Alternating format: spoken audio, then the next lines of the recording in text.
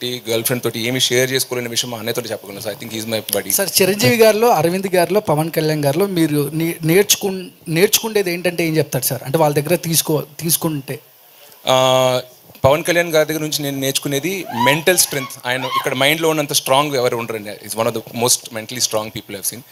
చిరంజీవి గారితో unlimited positivity. ఎంత మీరు ఒక కళ్యాణ్ గారు ఒక ఫంక్షన్లో చెప్పారు, చిరంజీవి గారు మీరు ఎంత ద్వేషించినా ఆయన తిరిగి మీకు ప్రేమే తిరిగి ఇస్తారని చెప్పి. So that positivity and humble nature అనేది నాకు చిరంజీవి గారి గురించి ఇష్టం. మా డాడీ అంటే హీజ్ లైక్ అ రోబోట్. మీరు అన్నట్టు 100 సిరీసెస్ వోంట్ మ్యాచ్ అరవింద్ గారు అంటున్నా. ఆయన పొద్దున్న లేస్తే టీ తాగే టైం నుంచి నైట్ పడుకునే వరకు షెడ్యూల్ వేసుకుని ఆ షెడ్యూల్ ఫాలో అయ్యి ఫాదర్ రెస్పాన్సిబిలిటీస్, హస్బెండ్ రెస్పాన్సిబిలిటీస్, ఫ్రెండ్స్కి ప్రాబ్లం ఏమైనా వచ్చినా కూడా వాళ్ళకైనా ఒంట్లో పోకపోయినా వాళ్ళని తీసుకెళ్ళడం, లేకపోతే చుట్టాలు ఏదో ఇంట్లో పెళ్లి జరుగుతుంది అక్కడి నుండి ఆయన ప్రొడ్యూసర్ రెస్పాన్సిబిలిటీస్, ఆయన ఆంటర్ప్రినర్, ఎందుకంటే థియేటర్స్ ఆయన ఉన్నాయి అనమాట.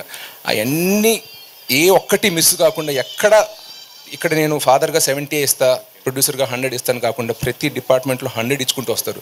సో అంటారు work life balance, work 50, life 50, personal life 50, work 50 అని.